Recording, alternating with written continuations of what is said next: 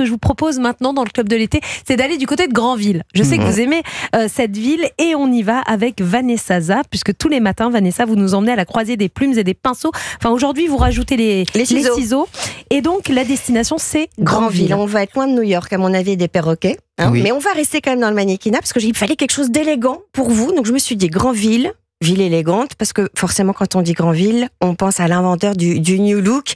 Peut-être que vous avez défilé ou pas dans ces robes. Ah, Christian Dior. Ah, ouais. À Dior, j'ai jamais. J'ai fait des showrooms, mais j'ai pas fait des défilés. Ouais. D'accord. Okay. Mais vous connaissez Granville. Oui, je connais Granville. Et vous connaissez ou pas sa maison? Non, j'y suis jamais allée. Eh ben, cette maison, elle est absolument incroyable. Pourquoi? Parce que c'est là que tout va naître. On s'en rend compte quand on pousse les portes du domaine. C'est sa maison d'enfance. Elle est extrêmement bien située, donc elle est très inspirante. Elle est en haut d'une falaise, elle est au bout d'un chemin. Vous êtes face aux îles anglo-normandes. Et puis, vous êtes dans ce musée vivant aujourd'hui qui va vous éclairer sur son parcours. Il va dire que ma vie, mon style doivent presque tout à sa situation et à son architecture. Et en fait, tout a germé ici, dans la maison, l'architecture, les couleurs, mais aussi dans son jardin, parce que c'est là en fait que va naître ces fameuses silhouettes de femmes en fleurs et la fameuse mode haricots verts, que je ne connaissais pas, évidemment. On enlève les volutes. Enfin, moi, je suis toujours pas en mode de haricots verts, mais bon, c'est pas grave. La mode haricots verts, j'adore le thème et savoir que c'est inspiré de son jardin aussi, c'est chouette. Mais il y a aussi le rose et le gris qui étaient quand même les couleurs de prédilection de Christian Dior. Et ce sont les couleurs de la maison, toujours aujourd'hui, rose et gris.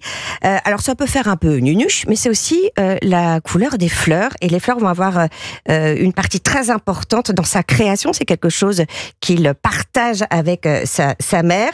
On voit même dans sa maison qu'il lit des catalogues d'horticulture enfant, et même un catalogue qui s'appelle le Vilmorin Andrieux. Donc sur le papier, c'est pas super sexy, mais en fait, ça va l'accompagner en fait dans les formes justement de toutes ces fleurs. Et puis qui dit fleur dit parfum, donc on pense à son premier parfum à Miss Dior.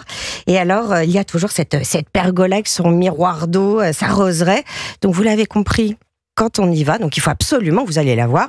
Vous pouvez mettre même aussi les écouteurs de votre smartphone, parce qu'il existe donc une application gratuite sur les pas de Christian Dior. Oui, donc on la visite vraiment, on rentre à l'intérieur de la maison. Rentre à l'intérieur de la maison. Génial. Voilà, donc vous allez découvrir toutes les étapes de sa vie, de sa création. Donc ses jardins aussi, et en ce moment il y a même une exposition qui s'appelle évidemment Dior Jardin Enchanteur. Voilà. Waouh, pas mal, on a non, très envie surtout qu'on va peut-être un peu mieux comprendre aussi la mode Dior grâce à cette maison-là qui visiblement l'a beaucoup inspiré. Merci beaucoup pour cette visite, Vanessa, du côté de Granville.